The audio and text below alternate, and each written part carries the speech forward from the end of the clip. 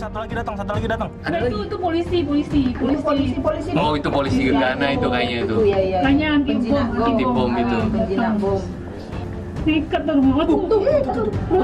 Ada lagi. Bomnya banyak amat sih. Beloknya loncat.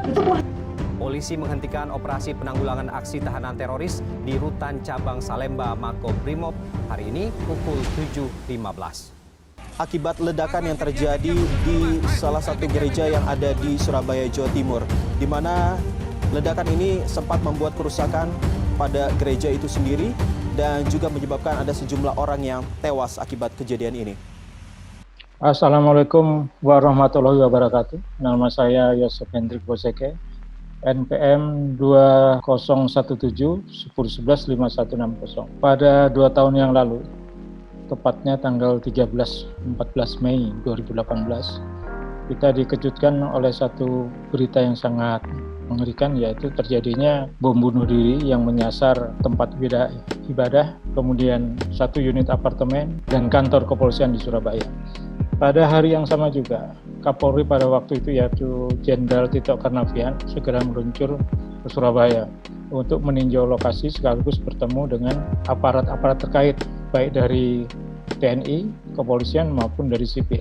Pada waktu jumpa pers, menanggapi pertanyaan wartawan atas pertanyaan yang menanyakan bahwa apa antisipasi pemerintah dalam menghindari satu tindakan terorisme, Kapolri menjawab bahwa sesungguhnya Kepolisian Republik Indonesia mempunyai satu kemampuan untuk mengeliminasi segala bentuk ancaman, termasuk ancaman terorisme seperti yang terjadi.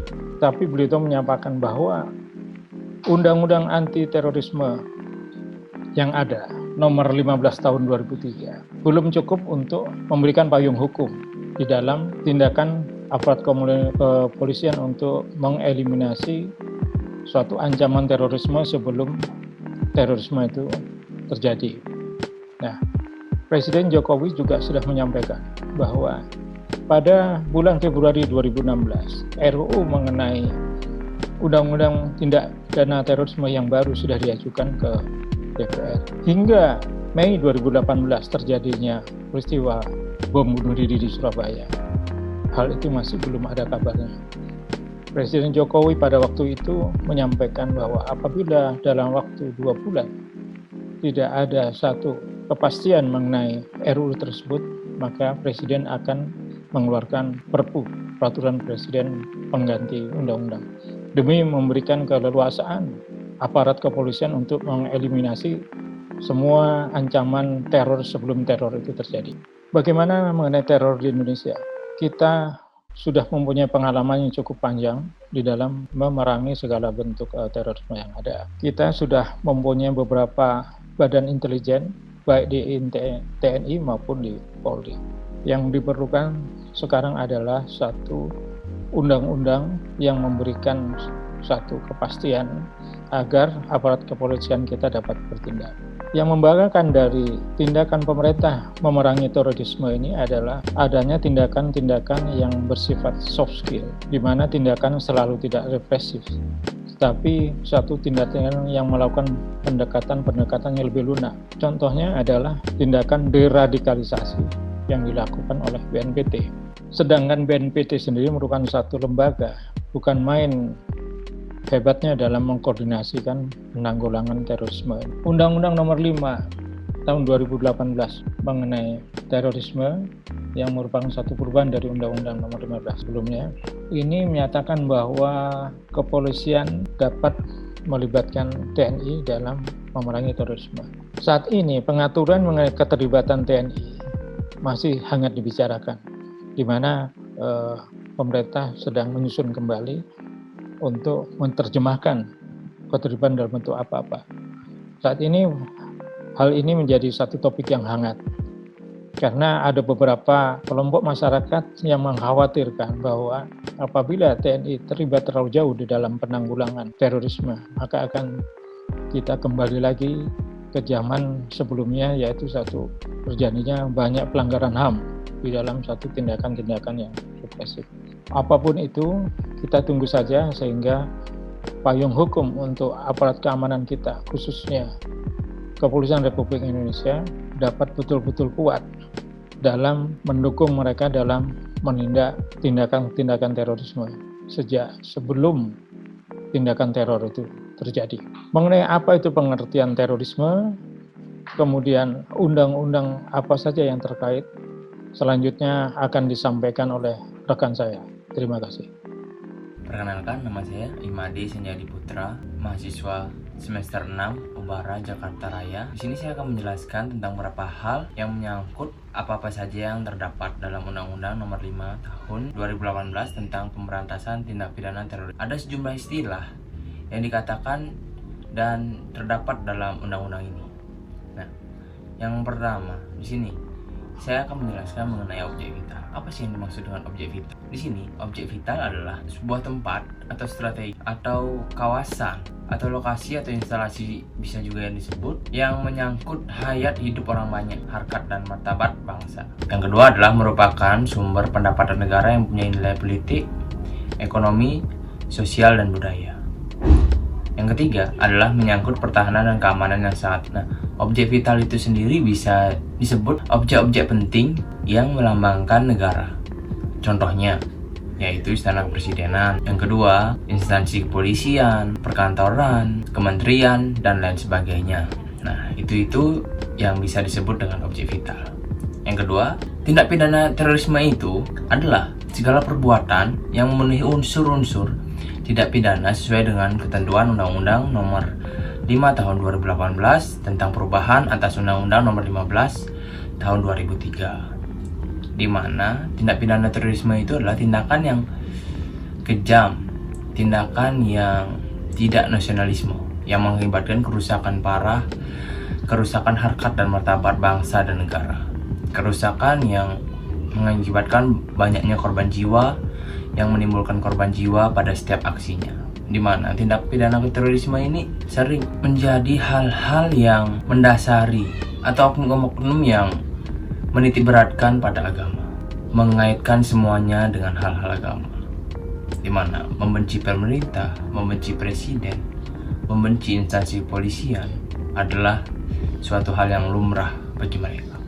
Yang terakhir adalah saya akan menjelaskan tentang ancaman kekerasan, di mana di dalam Undang-Undang Nomor 5 Tahun 2018 ini, ancaman kekerasan adalah segala perbuatan melawan hukum berupa ucapan, gambar, simbol atau gerakan tubuh, baik dengan maupun tanpa menggunakan sarana dalam bentuk elektronik yang dapat menimbulkan rasa takut terhadap seseorang atau masyarakat secara luas, secara global, atau mengekang kebebasan hakiki seseorang atau masyarakat.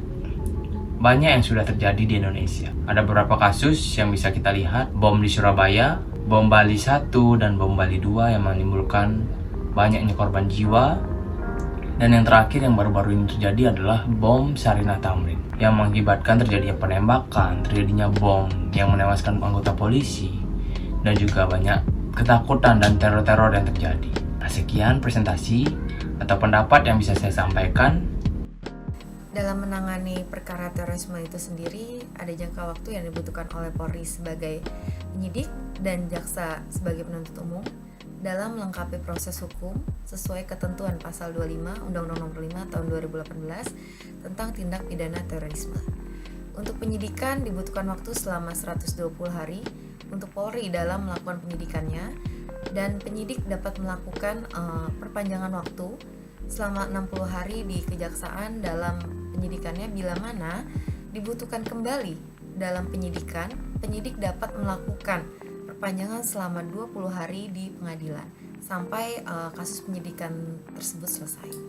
Setelah penyidikan itu selesai, maka akan diajukan oleh jaksa penuntut umum yang mana akan melakukan atau mengajukan masa tahanan untuk tersangka tindak pidana terorisme selama 60 hari dan dapat mengajukan kembali masa tahanannya selama 30 hari sampai adanya putusan dari pengadilan.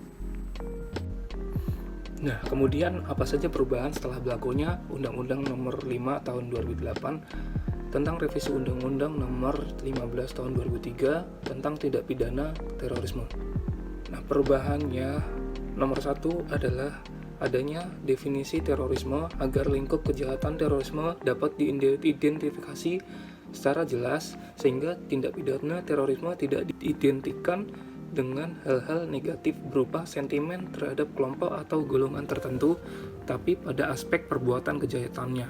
Kemudian yang kedua, menghapus sanksi pidana pencabutan status kewarganegaraan. Hal ini dikarenakan sesuai Universal Declaration of Human Rights tahun 1948 adalah hak bagi setiap orang atas kewarganegaraannya dan tidak seorang pun dapat dicabut kewarganegaraannya secara sewenang-wenang atau ditolak haknya untuk mengubah kewarganegaraannya. 3. Melakukan penguatan kelembagaan terhadap BNPT dengan memasukkan tugas, fungsi, dan kewenangan BNPT. Kemudian yang 4, menambah ketentuan pelibatan TNI yang dalam hal pelaksanaannya akan diatur dalam peraturan presiden dalam jangka waktu pembentukannya maksimal 1 tahun setelah undang-undang ini disahkan. Kemudian yang kelima, mengatur pemberian hak bagi korban yang mengalami penderitaan sebelum RUU tindak pidana terorisme ini disahkan. Artinya, bagi para korban sejak bom Bali pertama sampai bom Tamrin. 6. Menambahkan ketentuan mengenai perlindungan korban tindak pidana terorisme secara komprehensif, mulai dari definisi korban, ruang lingkup korban, pemberian hak-hak korban yang semula di Undang-Undang 15 tahun 2003 hanya mengatur kompensasi yang restitusi saja. Kini dalam Undang-Undang Tindak Pidana Terorisme yang baru telah mengatur pemberian hak berupa bantuan medis, rehabilitasi psikologis, rehabilitasi psikososial, santunan bagi korban yang meninggal dunia, pemberian restitusi, dan pemberian kompensasi. Kemudian yang terakhir, menambah pasal yang memberikan sanksi terhadap aparat negara yang melakukan abuse of power. Itu saja, terima kasih.